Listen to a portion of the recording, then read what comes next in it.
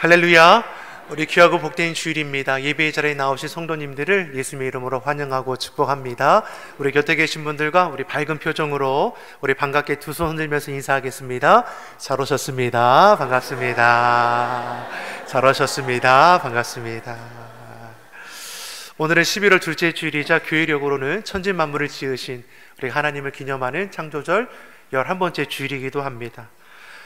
이제 3부 예배 때는 제법 날씨가 그래도 이제 따뜻해졌는데 1부 예배 때만 해도 좀 기온이 낮아져서 참 춥다라는 느낌이 있었거든요. 이번 한 주간이, 지난 한 주간이 좀 영하까지 떨어지는 날씨이지 않았습니까? 지난 여름이 참으로 무덥고 오래되어서 아이고 이 지긋지긋한 여름 언제 가나 했는데 이제는 어떠합니까? 아이고야 이제 벌써 추워. 이제 추위가 시작되지도 않았는데 벌써 추워요. 저도 춥더라고요. 여러분 꼭 그 건강 잘 챙기시고 이 올 겨울도 많이 추울 것 같아요. 그래서 여러분 몸도 마음도 주의 은혜 가운데 견고하고 따뜻하고 강건할 수 있기를 축복합니다. 우리가 11월은 감사의 달로 지킵니다. 감사를 통해 우리의 삶을 보면 모든 것이 감사라는 것이죠. 아멘이십니까? 여러분 우리의 눈이 열려서 범사에 감사할 수 있는 삶이 되기를 바랍니다. 지난 한 해 동안 베푸신 은혜를 기억하며 우리 다음 주일 추수감사주일을 더욱더 큰 감사로 예배하며 함께 성찬을 나누고 세례식을 축복하며 또 오후에 있을 또 지역 봉사도 함께 참여하셔서 받은 은혜 사랑을 우리 온 지역과 또 이웃에게 함께 증거하고 나눌 수 있기를 간절히 바랍니다. 우리가 계속해서 자녀를 위한 단일 21일 새벽 기도회가 진행하는 가운데 있습니다. 어느덧 이번 주 목요일이 우리 수능 보는 날입니다. 이제까지 인도하신 에베네셀 하나님께서 끝까지 우리 자녀들을 지키시고 돌보아 주셔서 저들의 수고와 열심의 결실이 아름답게 맺어질 수 있도록 여러분 마지막까지 또 지나가는 그 모든 과정까지도 함께 기도함으로 협력해 주시기 바랍니다.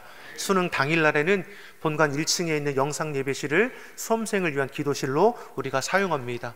오고 가시면서 함께 참여하셔서 기도하시고 또 협력해 주시면 은혜가 되겠습니다. 우리 그 마음으로 곁에 계신 분들과 다시 한번 인사하겠습니다. 하나님께서 지키시고 도우십니다. 하나님께서 지키시고 도우십니다. 아멘이시죠? 하나님께서 지키시고 도우십니다. 낙심된 삶의 자리가 왜 없습니까? 예기치 않는 문제가 있죠. 억울한 일도 원통한 일도 우리 가운데 있을 수 있습니다. 그때 우리 입에서 불평하고 원망하고 내 성질대로 나가는 것이 아니라 그럼에도 하나님의 자녀된 자로서 우리가 눈을 들어 주님을 바라며 하나님이 나를 지키시고 도우심을 믿습니다. 나를 버려두지 아니하시고 나를 홀로 두지도 아니하시고 지금까지도 붙드시고 인도하신 에베네셀 하나님께서 앞으로 나아갈 길도 인도하시고 지키심을 믿습니다. 믿음으로 선포함을 통해서 어려움의 때를 잘 지나가시는 우리 모두가 되기를 예수님의 이름으로 축복합니다. 사도 바울은 빌립보 교회를 축복합니다. 빌립보 교회는 어떤 교회입니까? 사도 바울이 전도여행 2차 전도여행 때 첫 유럽의 그 포문을 열었던 것이 이 빌립보 지역입니다. 열심히 주의 복음을 전했고 많은 영혼들이 구원을 받아서 일꾼으로 세워졌고 주의 몸된 교회가 아름답게 건설되었습니다. 그리고 하나님께 다시금 저를 부르셔서 또 다른 곳에서 주의 복음을 증거하게 떠났을 때에 이 빌립보 교회는 자신과 함께했던 사도 바울의 그 열심과 헌신을 잊지 않고 저를 위해서 중보하며 기도할 뿐만 아니라 그 선교를 돕기 위해서 후원하는 것을 끝까지 진행했던 교회가 이 빌립보 교회입니다. 그래서 빌립보서 1장의 말씀을 보면 로마 감옥에 갇혀 있음에도 불구하고 저들의 헌신을 기뻐하며 저들의 수고를 칭찬하는 것을 우리가 보지 않습니까? 하지만 시대가 어려우니까 빌립보 교회도 문제가 있는 것이죠. 외적으로는 로마의 극심한 박해가 계속되고 있습니다. 내적으로는 거짓 교사 이단들의 미혹됨이 있습니다. 외적으로 내적으로도 어려운 때인데 어떻게 할 것을 말씀합니까? 너희들은 예수님 안에 한 형제 자매 지체가 되었으니까 서로가 한 마음 한 뜻으로 협력함으로 어림의 때를 이기라는 것이죠. 서로를 정죄하거나 재단하거나 분열하지 말라는 것이죠.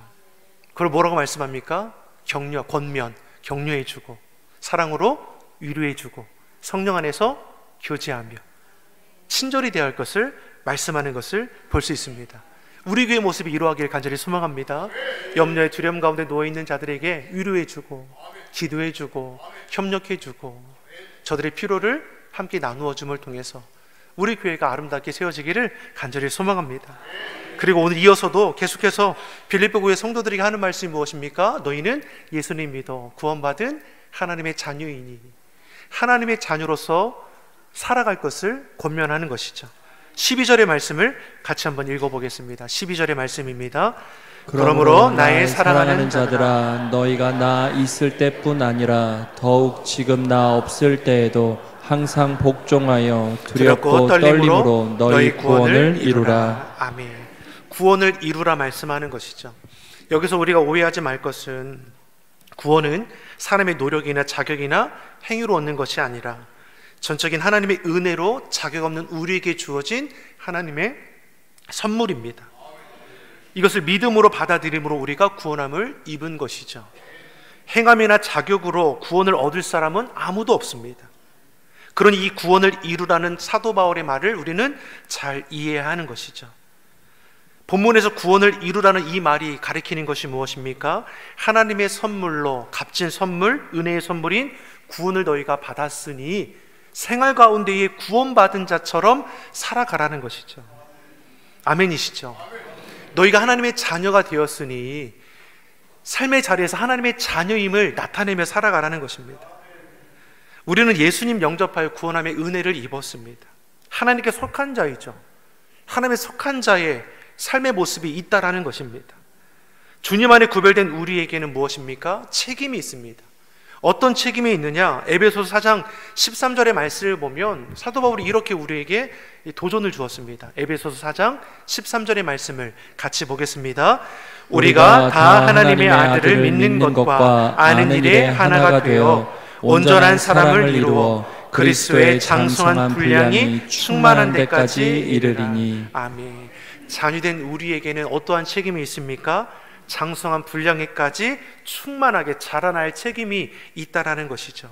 여러분, 우리는 자라나야 합니다. 성장해야 합니다. 우리 믿음이 어린 아이와 같이 계속해서 머물고 있는 것이 아니라 독립할 수 있을 정도로 그 은혜와 사랑을 이웃에게 나누어 줄 수 있을 정도로 그런 믿음의 분량으로 우리는 자라나야 하는 것이죠. 이를 위해 오늘 본문의 사도 바울이 12절에서 우리에게 뭘 가르치는 겁니까? 항상 복종하고 두렵고 떨림으로 최선을 다하라 우리에게 말해주는 것이죠. 많은 그리스도인들이 예수님을 믿고 변화되었다 고백합니다. 여러분 어떠합니까? 예수님 믿기 전의 모습과 예수님 믿은 이후의 우리의 모습이 변화되지 않았습니까? 모르겠어요? 우리는 변화되었죠. 그러니까 여러분 보십시오. 우리는 이제 금방 볼 수 있는 것 중에 하나가 다툼의 자리에서 예전 같았으면 내 성질대로 할 건데 주님 안에서 내가 다듬어지니까 어떻습니까? 그 성질이 예전에는 100% 냈다면 지금은 한 50% 정도만 나올 수 있는 것이죠. 이것도 변화입니다. 예전 같았으면 이 정도로 그치지 않은데 내가 예수님 믿었으니까 내가 참는다? 이렇게 고백할 수 있는 것도 변화의 한 종류 아니겠습니까? 물론 어떤 분들은 그럴 수 있죠. 아직 멀었다고 저 사람 아직 멀었다고 하지만 여러분 주의 은혜 가운데 그만큼 된 것도 기적입니다.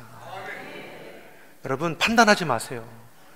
판단하시는 분 우리 하나님이시지 왜 자꾸 우리가 판단하러 갈 일이 너무나 많은 것이죠. 아직 멀었어. 여러분 우리 입술에서 혀를 차는 일이 없기를 바랍니다. 옆 사람에게 고백하겠습니다. 괜찮아. 잘하고 있어. 이렇게 우리의 언어가 달라져야 하는 것이죠. 그래 되겠어? 이렇게 툭툭 튀어나오는 우리 말이 괜찮아. 너는 충분히 잘하고 있어. 야 나는 너를 보면서 진짜 하나님이 살아계심을 경험한다. 야 너 성질머리가 그렇게 고약했는데 야 이 정도로만 했다라는 것은 진짜 하나님은 살아계셔. 여러분 남편을 볼 때 어떻습니까? 놀라운 변화가 일어나지 않았습니까? 여러분 남편 아내를 보십시오. 아니라고요? 아니에요. 주의 은혜 가운데 이렇게 바뀐 겁니다. 예수님 믿기 전과 후가 달라지는 모습이 있죠. 예수 믿기 전에 우리의 삶의 모습은 어떠합니까? 인생의 중심이 내 자신입니다. 내 성공, 내 만족, 내 기쁨이 먼저인 것이죠. 내가 제일이 되는 것이 믿기 전에 우리의 모습입니다. 그런데 예수님 믿은 후에 어떻습니까? 내 자신을 중심에 두었던 그 삶의 자리가 누구에게 옮겨갑니까? 하나님께로 옮겨가죠. 그래서 우리는 감히 하나님 중심의 삶을 살아가고 있다 고백하는 거죠. 말씀을 가까이 하고 교회를 중심하면서 점점 변화되는 우리의 모습이 있게 되는 겁니다. 그래서 예수님이 기쁨이 되는 삶, 내 만족과 내 유익이 아니라 하나님이 나의 삶의 모습을 통해서 존귀함을 받는 그 삶의 목표를 우리가 두게 되는 것이죠. 이처럼 예수님 믿으면 변화가 일어나는데 어떠한 변화입니까? 삶의 가치가 변화됩니다. 세상에서 사람들이 중요하게 여기는 것, 우리는 그렇게 중요하게 여기지 않습니다. 다른 관점으로 보게 되는 것이죠. 인생의 가치가 바뀌니까 삶의 목표도 바뀌게 됩니다. 지금 사도 바울은 빌립보 교회인들에게 무엇을 말씀하는 겁니까? 이 땅 가운데 하나님의 자녀로 구별되게 살 수 있는 것이 얼마나 큰 은혜입니까? 여러분이 믿음을 지키기 위해 예수님의 복음을 전하기 위해서 당하는 그 환난과 고난이 여러분의 큰 감사의 제목이 되기를 바랍니다. 구원의 삶을 살아갈 수 있다는 것 얼마나 행복합니까? 예수님을 닮아가기 위해서 수고하고 열심하는 그 모습이 얼마나 감사한 기쁨이 됩니까? 가치가 달라지는 것이죠. 목표가 달라지는 겁니다. 이처럼 구원을 이루기 위해서, 그리스도의 장성한 분량에 이르기 위해서 우리의 삶이 거기에 맞춰지는 겁니다. 이를 위해서 우리에게 지켜야 할 두 가지 지침을 말씀해 주는 것이죠. 12절의 말씀을 우리 같이 한번 보겠습니다. 그러므로 나의 사랑하는 자들아, 너희가 나 있을 때뿐 아니라 더욱 지금 나 없을 때에도 항상 복종하고 두렵고 떨림으로 너희 구원을 이루라. 아멘. 나의 사랑하는 자들아, 너희가 나 있을 때뿐 아니라 더욱 지금 나 없을 때에도 무엇하라? 항상 복종하여 두렵고 떨림으로 너희 구원을 이루라. 항상 무엇하라고 말씀합니까? 복종하라. 성도의 삶은 항상 복종하는 삶이 되어야 합니다. 무엇에 대한 복종입니까? 하나님의 말씀 앞에서의 복종입니다. 이 땅에 맞춰지는 삶의 가치가 아니라 하나님 말씀 앞에 붙들리는 삶의 가치를 우리는 놓치지 않는 것이죠. 구원받은 하나님의 자녀로서 하나님 말씀에 복종하는 삶을 살아가야 할 것을 말씀하는 겁니다. 어렵지만 어떻게 하라고 합니까? 복종해라. 무엇에? 말씀 앞에 복종해라. 언제? 항상입니다. 감당할 수 있을 때든지, 감당하지 못할 상황 가운데 놓였을 때든지, 좋을 때든지 그렇지 않을 때든지 형편과 상황에 자꾸만 달라지지 말고 항상 말씀 앞에 복종해라. 우리 주님은 하나님 앞에 어떻게 복종하셨습니까? 빌립보서 2장 6절에서 8절의 말씀을 같이 보겠습니다. 그는 근본 하나님의 본체시나 하나님과 동등됨을 취할 것으로 여기지 아니하시고 오히려 자기를 비워 종의 형체를 가지사 사람들과 같이 되셨고 사람의 모양으로 나타나사 자기를 낮추시고 죽기까지 복종하셨으니 곧 십자가에 죽으심이라. 아멘. 예수님께서는 어떻게 복종하셨습니까? 우리를 구원하기 위해서 자기를 낮추시고 육신의 몸을 입고 이 땅 가운데 오셨습니다. 오셔서 십자가에 죽기까지 복종하심으로 구원의 길을 열어주셨습니다.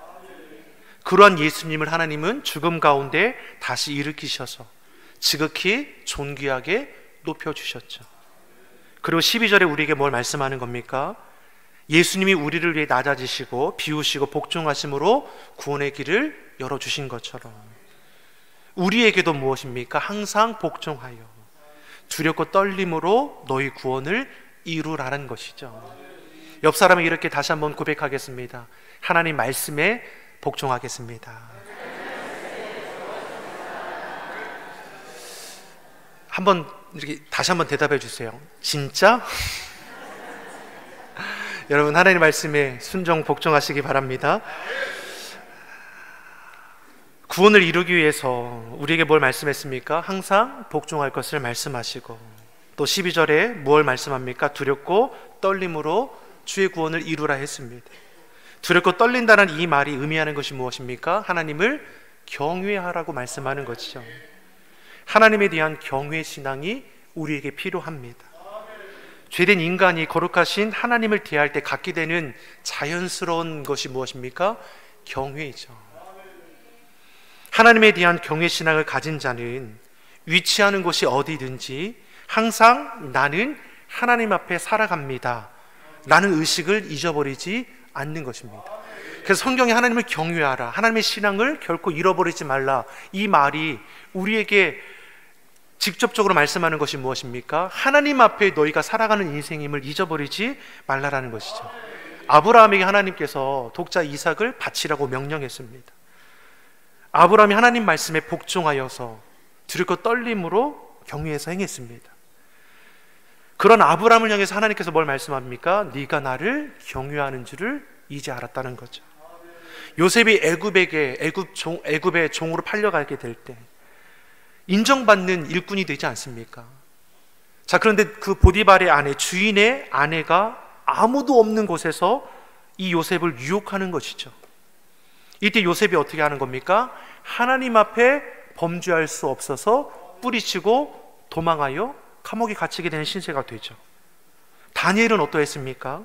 사자굴에 던져진다는 사실을 분명히 알고 있음에도 불구하고 예루살렘을 향하여 창을 열고 기도하기를, 하루 3번 기도하기를 쉬지 않았습니다. 문을 닫아도 문제 없지 않습니까? 사람이 보지 않는 곳에서 기도하면 되는 거 아닙니까? 하지만 어떤 신앙입니까? 하나님 경외 신앙이죠. 하나님 앞에 부끄럽지 않으려고 하는 것입니다. 아브라함도 요셉도 다니엘도 우리에게 무엇을 알게 합니까? 하나님을 경외하는 신앙이 얼마나 귀한 것인지를 우리에게 가르쳐 주는 것이죠. 그러니 어느 자리 어떠한 환경과 형편 가운데 놓여 있을지라도 두렵고 떨림으로 하나님 신앙을 지켜낼 수 있는 것입니다. 이들은 주님이 내 앞에 나를 바라보고 계시다라는 의식이 있는 거죠. 하나님 앞에서의 의식을 가지고 살아가게 된다면 여러분, 죄 짓는 것이 얼마나 어렵게 되겠습니까? 하나님이 나를 바라보고 계시는데 우리의 말과 우리 행동과 계획하는 모든 것들이 구별될 수밖에 없는 것이죠. 가인이 하나님 앞에 의식을 가지고 있었다면 동생 아벨을 돌로 쳐 죽이는 일이 있었겠습니까? 요셉의 형제들이 하나님 앞에서의 의식을 가지고 있었다면 어찌 동생을 애굽의 종으로 팔 수도 있겠습니까? 다윗이 하나님 앞에서의 의식을 가지고 있었다면 어떻게 우리아의 아내를 범할 수 있겠습니까? 하나님이 보지 않으신다고 생각하니까 그 마음의 틈을 타고 사단의 미혹과 죄의 싹이 자라나게 되는 것이죠. 그래서 우리는 하나님 앞에서 이 의식을 가지고 우리의 마음도 믿음도 지켜낼 수 있어야 하는 것입니다. 저와 여러분은 하나님을 경외함으로, 하나님 앞에서 두렵고 떨리는 마음으로 그 마음과 믿음을 지켜낼 수 있기를 예수님의 이름으로 축원합니다. 그러면 빌립보 교인들에게 사도 바울은 왜 이렇듯 행할 것을 말씀하는 겁니까? 또 무엇보다도 오늘 13절에서 또 이어서 주는 말씀이 무엇입니까? 13절의 말씀을 우리 같이 한번 읽어보겠습니다. 너희 안에 행하시는 이는 하나님이시니 자기의 기쁘신 뜻을 위하여 너에게 소원을 두고 행하게 하시나니. 아멘. 항상 복종하고 두렵고 떨림으로 너희 구원을 이루라 했습니다. 왜냐하면 너희 안에 행하시는 분이 누구이십니까? 여호와 하나님이시죠. 하나님은 어떠한 분이라 말씀합니까? 우리 안에 소원을 두고 행하시는 분이라고 말씀합니다. 사랑하는 성도 여러분, 우리는 예수님 믿어 구원받아 하나님의 자녀가 되었죠. 하나님의 자녀된 우리에게 소원을 두시고 그 소원을 이루게 하신다 말씀하는 겁니다. 우리에게 사명을 주셨죠. 우리가 감당할 수 있도록 비전도 주시고 직분도 더하여 주셨습니다. 우리를 통해서 하나님께서 기뻐 받으시길 원하는 소원을 각 사람에게 심어주셨다라는 것이죠.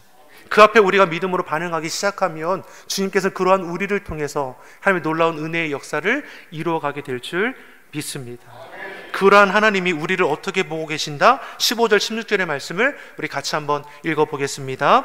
이는 너희가 흠이 없고 순전하여 어그러지고 거스르는 세대 가운데서 하나님의 흠없는 자녀로 세상에서 그들 가운데 빛들로 나타내며 생명의 말씀을 밝혀 나의 다름질이 헛되지 아니하고 수고도 헛되지 아니하므로 그리스도의 날에 내가 자랑할 것이 있게 하려 함이라. 아멘. 흠이 없다라는 말은 결점이나 약점이 없고 책만 받거나 비난 들을 만한 일이 없다라는 것이죠. 순전하다는 것은 불순물이 섞이지 않은 상태로 어디 하나 나무랄 것이 없는 순결한 모습이라 말하는 겁니다. 자, 하나님께서 우리를 어떻게 보시냐? 순전함으로, 흠이 없다 보신다라고 말씀하는 겁니다. 여러분, 세상에 흠이 없는 사람이 있습니까? 완전한 성격을 가진 사람이 있습니까? 사람은 누구나 흠이 있고 약점투성이입니다. 빌립보 교회 성도라고 다르겠습니까? 저와 여러분이라고 다르겠습니까? 근데 사도 바울은 무리에게 무엇을 가리키는 겁니까? 너희를 하나님이 어떻게 보시는지 아느냐? 주님 안에서 흠이 없고 순전한 자로 바라보신다라는 것이죠.